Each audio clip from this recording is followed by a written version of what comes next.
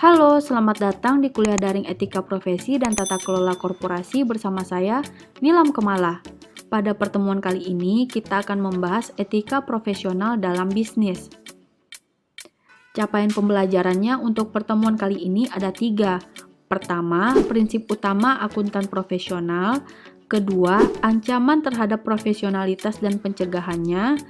Ketiga, etika akuntan profesional dalam bisnis. Gampang ya? Kelihatannya. Oke, kita bahas capaian pertama, yaitu prinsip-prinsip utama akuntan profesional. Kira-kira apa aja ya guys? Ada integritas, objektivitas, kompetensi dan kehati-hatian profesional, kerahasiaan, dan profesional. Udah pada paham kan maksud dari masing-masing prinsip utama akuntan tersebut? Atau mungkin kamu lebih kenal dengan istilah kode etik kali ya? Kita bahas dulu satu persatu. Integritas secara sederhana didefinisikan sebagai konsistensi antara perbuatan dan tindakan, atau idiom bahasa Inggrisnya disebut juga sebagai walk the talk. Integritas dalam kode etik akuntan profesional merupakan suatu kewajiban untuk jujur dan berterus terang dalam hubungan profesional dan hubungan bisnisnya. Akuntan profesional tidak boleh terkait dengan laporan, dokumen, komunikasi, atau informasi lainnya yang diyakini terdapat kesalahan yang material atau menyesatkan, disusun secara tidak hati-hati, atau informasi yang dihilangkan atau disembunyikan sehingga menghasilkan laporan atau dokumen yang menyesatkan. Dengan kata lain, informasi yang diberikan harus apa adanya. Berikutnya, objektivitas. Objektivitas berarti tidak dipengaruhi pendapat dan pertimbangan pribadi atau pihak lain, dan tidak dipengaruhi kepentingan pribadi dan pihak lain dalam mengambil putusan profesional atau bisnis. Seperti ilustrasi dalam slide ini, orang yang di kiri bilang itu adalah angka 6, sedangkan orang yang di kanan bilang itu angka 9. Hal tersebut berarti tidak objektif karena dipengaruhi oleh pandangan pribadi. Berikutnya, kompetensi dan kehati-hatian profesional. Akuntan profesional wajib untuk memelihara kompetensi dan keterampilan profesional pada tingkat yang dibutuhkan. Kenapa? Supaya klien ataupun pemberi kerja memperoleh layanan profesional berdasarkan perkembangan praktik dan peraturan terkini yang dilakukan secara profesional sesuai dengan teknik dan standar profesional yang berlaku. Dari mana kompetensi itu diperoleh atau gimana caranya seorang akuntan profesional dianggap kompeten? Dari tes yang udah dilaksanakannya dan dinyatakan lulus. Misalnya tes CA, CPA, CMA, CIA, dan seterusnya. Setelah lulus, akuntan profesional tetap harus upgrade ilmunya untuk menjaga supaya dia tetap kompeten. Gimana caranya? Ikut seminar atau pelatihan yang dilakukan oleh institusi yang menaungi. Misalnya CA yang menaungi IAI. Selain itu, akuntan profesional juga harus cermat dalam bekerja supaya bisa bertanggung jawab dan bertindak sesuai dengan tuntutan tugas secara hati-hati, menyeluruh, lengkap, dan tepat waktu. Prinsip kerahasiaan mewajibkan setiap akuntan profesional untuk tidak melakukan tindakan-tindakan yang mengungkapkan informasi rahasia dari klien atau organisasi pemberi kerja yang diperoleh dari hubungan profesional dan hubungan bisnis kepada pihak luar tanpa izin yang memadai dan terinci kecuali ada kewajiban hukum dan profesional untuk mengungkapin rahasia itu. Terus, akuntan profesional juga nggak boleh menggunakan informasi rahasia tadi untuk kepentingan pribadi atau pihak ketiga. Prinsip kerahasiaan harus tetap dijaga walaupun akuntan profesional sudah tidak memiliki hubungan kerja dengan klien dan pemberi kerja. Jika akuntan profesional berpindah kerja atau memperoleh klien baru, akuntan profesional boleh menggunakan pengalaman di masa lalu, tapi tidak boleh menggunakan informasi rahasia yang dimiliki karena hubungan kerja di masa lalu. Lalu, kapan informasi rahasia itu boleh diungkapkan? Pertama, diperbolehkan oleh hukum dan disetujui oleh klien atau pemberi kerja. Kedua, diminta oleh hukum, misalnya pengungkapan dokumen atau bukti lainnya dalam sidang pengadilan atau pengungkapan kepada lembaga yang berwenang mengenai suatu pelanggaran hukum. Ketiga, adanya hak dan tugas profesional untuk mengungkapkannya, sepanjang tidak melanggar hukum yang berlaku. Contohnya pelaksanaan penelaahan mutu yang dilakukan oleh organisasi profesi atau regulator, menjawab pertanyaan atau investigasi yang dilakukan oleh organisasi profesi atau regulator, dan melindungi kepentingan profesional dari akuntan profesional dalam sidang pengadilan. Prinsip terakhir adalah profesional. Prinsip perilaku profesional mewajibkan seluruh akuntan profesional untuk mematuhi setiap ketentuan hukum dan peraturan yang berlaku, serta menghindari setiap tindakan yang dapat merusak nama baik profesi. Berikutnya kita bahas ancaman terhadap profesionalitas dan pencegahannya. Situasi kerja yang dihadapi oleh akuntan profesional mungkin akan menciptakan ancaman dalam menjalankan prinsip utama akuntan profesional yang udah kita bahas tadi. Ketika akuntan profesional mengidentifikasi ancaman dan ternyata berdasarkan hasil evaluasi, ternyata ancaman tersebut tidak pada tingkat yang bisa diterima. Nah, kalau gitu, akuntan profesional harus menentukan apakah pencegahan yang memadai tersedia dan bisa diterapkan untuk menghilangkan atau mengurangi ancaman sampai pada tingkat yang dapat diterima. Pertama, kita bahas dulu ancaman yang mungkin terjadi. Ancaman bisa muncul dari berbagai bentuk hubungan dan situasi. Ancaman bisa dikategorikan berdasarkan 5 hal ini. Pertama, ancaman kepentingan pribadi. Ancaman ini terjadi sebagai akibat dari kepentingan keuangan maupun kepentingan lainnya mempengaruhi pertimbangan atau perilaku akuntan profesional.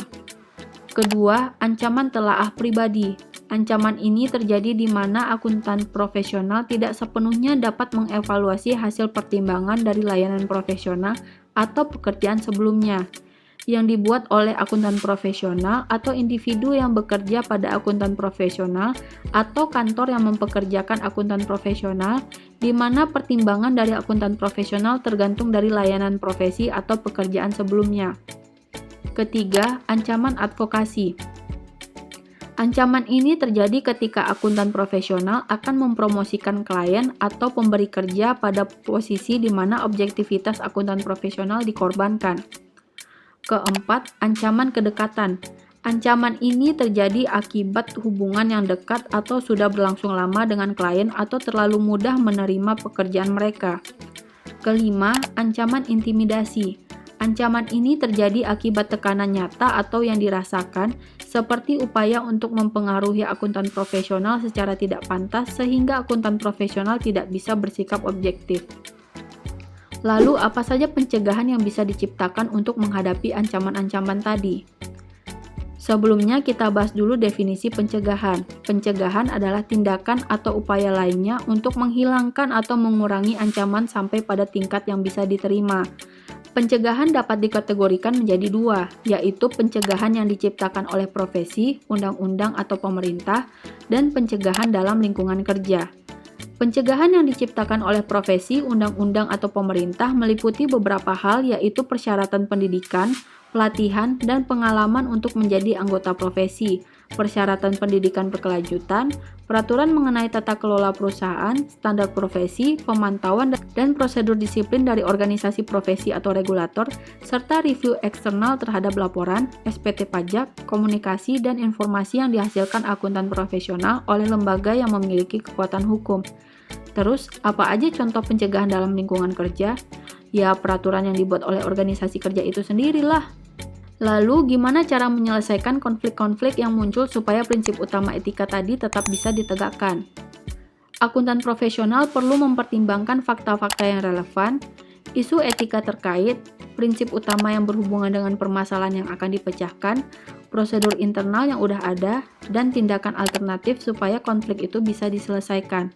Nah, begitulah cara menghadapi ancaman dan konflik yang akan menggoyahkan prinsip utama akuntan profesional. Sekarang kita bahas etika akuntan profesional dalam bisnis. Apa tanggung jawab akuntan profesional dalam bisnis? Ya, jelas menyusun laporan keuangan dan informasi lainnya. Di sini ada beberapa situasi yang bisa menggoyahkan prinsip utama etika akuntan profesional tadi. Ada potensi konflik, penyiapan dan pelaporan informasi, bertindak dengan keahlian yang cukup, kepentingan keuangan, serta godaan dan bujukan. Kita bahas satu persatu yuk. Masih ingat kan ancaman-ancaman bisa muncul dari mana saja?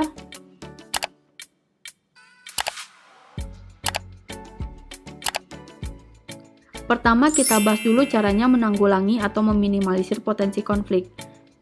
Seorang akuntan profesional diharapkan selalu menaati prinsip utama etika profesi tadi.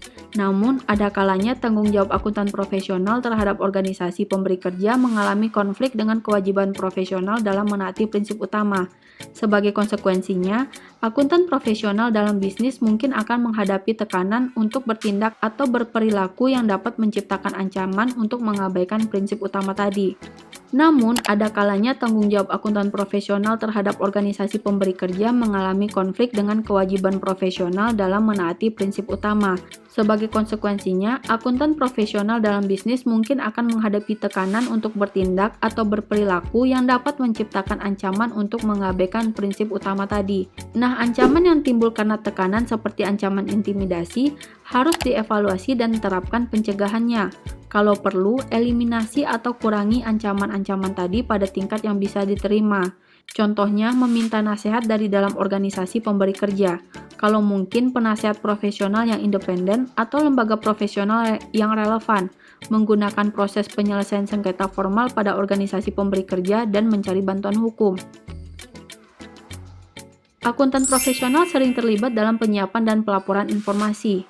Informasi ini tentu saja meliputi informasi keuangan dan informasi manajerial.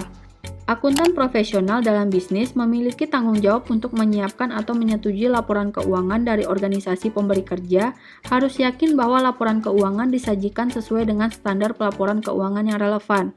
Nah, untuk menjaganya, akuntan profesional bisa melakukan hal berikut. Pertama, menjelaskan sifat dari transaksi bisnis, aset, dan liabilitas. Kedua, mengklasifikasikan dan mencatat informasi tepat waktu dan secara memadai. Ketiga, melaporkan kenyataan secara akurat dan lengkap dengan mempertimbangkan materialitas. Berikutnya, bertindak dengan keahlian yang cukup. Prinsip utama kompetensi dan kehati-hatian profesional menurut akuntan profesional dalam bisnis hanya melaksanakan pekerjaan yang dikuasainya melalui pelatihan atau pengalaman yang mencukupi. Akuntan profesional dalam bisnis tidak diperkenankan untuk sengaja menyesatkan pemberi kerja mengenai keahlian dan pengalaman yang dimiliki.